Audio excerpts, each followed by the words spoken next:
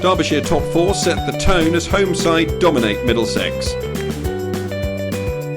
35 points separate 3rd to 10th in the second division going into round 10, with Derbyshire very much in the mix for one of the 3 promotion spots, just 21 shy of 3rd place Sussex at the start of play. It was the visitors who chose to bowl, and that put Godalming and Rees out in the middle, where they made a patient start, the first boundary coming in the 4th over as Rees struck Roland Jones to the rope. Next over, Godalming hit Helm for a couple of 4s, and from that moment onwards, the Derbyshire pair looked very comfortable indeed.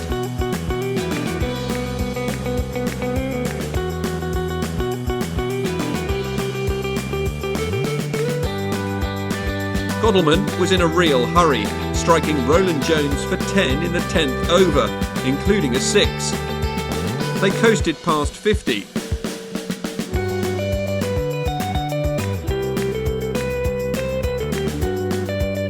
And in the 15th over, Godalming brought up his half-century, the mark coming up off just 35 balls.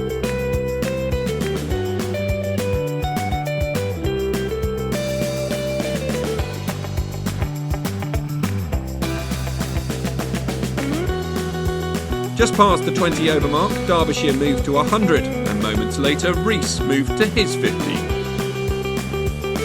A dominant morning session for the hosts concluded with both openers still at the crease, the score 116.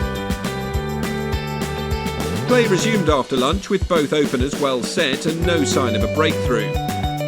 Both Godalming and Rees ticked the scoreboard over with a succession of boundaries. Godalming hitting the accelerator slightly more aggressively than his opening partner as he closed in on a century.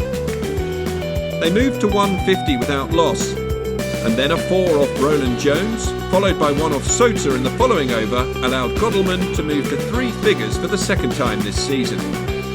On the previous occasion Godalming went past 100, he went on to score 227. It wasn't to be a repeat on this occasion. He was out in the next Sota over, caught behind for 102, Middlesex finally making the breakthrough with Derbyshire on 167. Hudson Prentice was the new man in, and he and Rees continued where the opening pair had left off. They reeled off a quick-fire 50 partnership.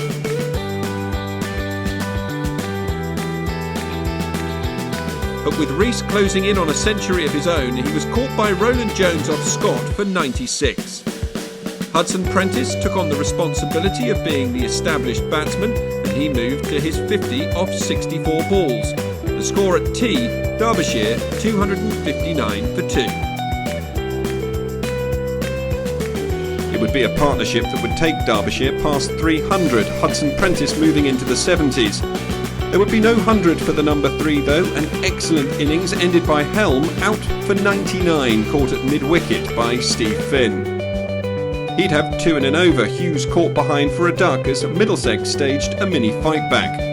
But Dupuy was well set and it showed. He'd anchored the Derbyshire innings and brought up his 50 with a single in the last over of the day. They'd finish on 372 for 4, an excellent day for the home side.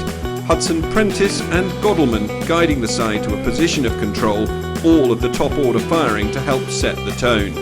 The Middlesex bowlers had toiled and found opportunities difficult to manufacture. Only Helm managed to pick up more than 1 wicket, both of his coming in that 1 over towards the end of the day. They'd have to find something extra to trouble the Derbyshire batsmen if they were to find a way back into the match on day 2.